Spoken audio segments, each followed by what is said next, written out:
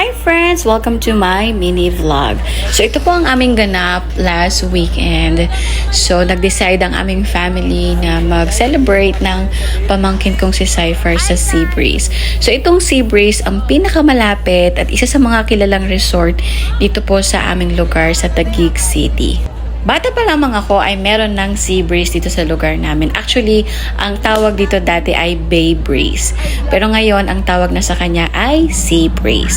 So, dito madalas nag-activity yung mga youth, kasama ko doon, or yung ward namin, yung family. Bawat family doon sa simbahan namin ay dito rin nagkakaroon ng activities. Habang naghihintay kami dito sa labas, ayan, ang anak ko ay medyo patawa-tawa pa siya dyan, pero pagod na yan. And ipapakita ko po sa inyo, ito po ang mga rates doon po sa Seabreeze. Ayan din po yung mga schedules at mga pwede ninyong gawin at hindi pwedeng gawin sa loob po ng resort. Dumating po kami dito sa Seabreeze ng mga 6:45 PM.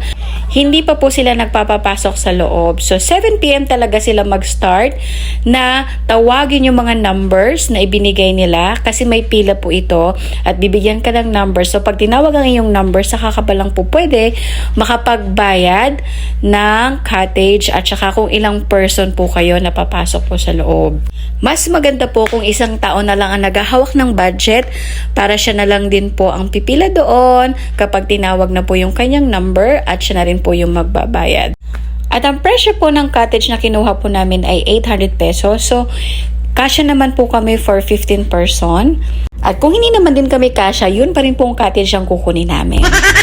Kasi yun lang din po ang budget namin. Charing!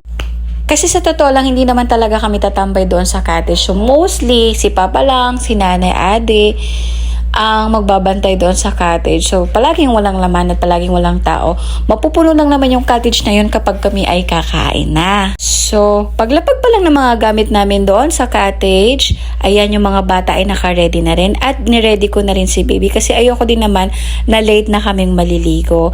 So, pagdating namin dyan, pumunta na kami doon sa kids pool at ang baby ko hindi masaya.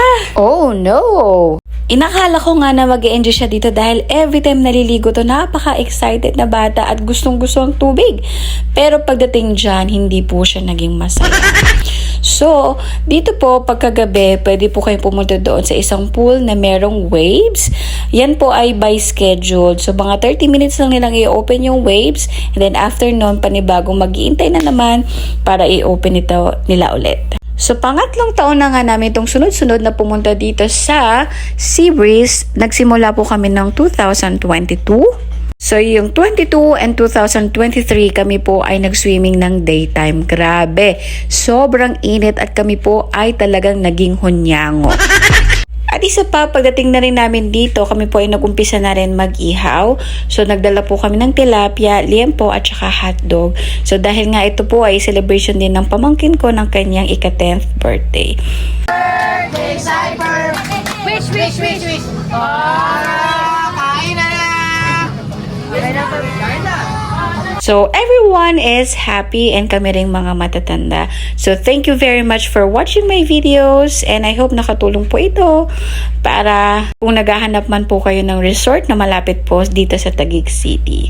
So, I hope you have a great day. Babu!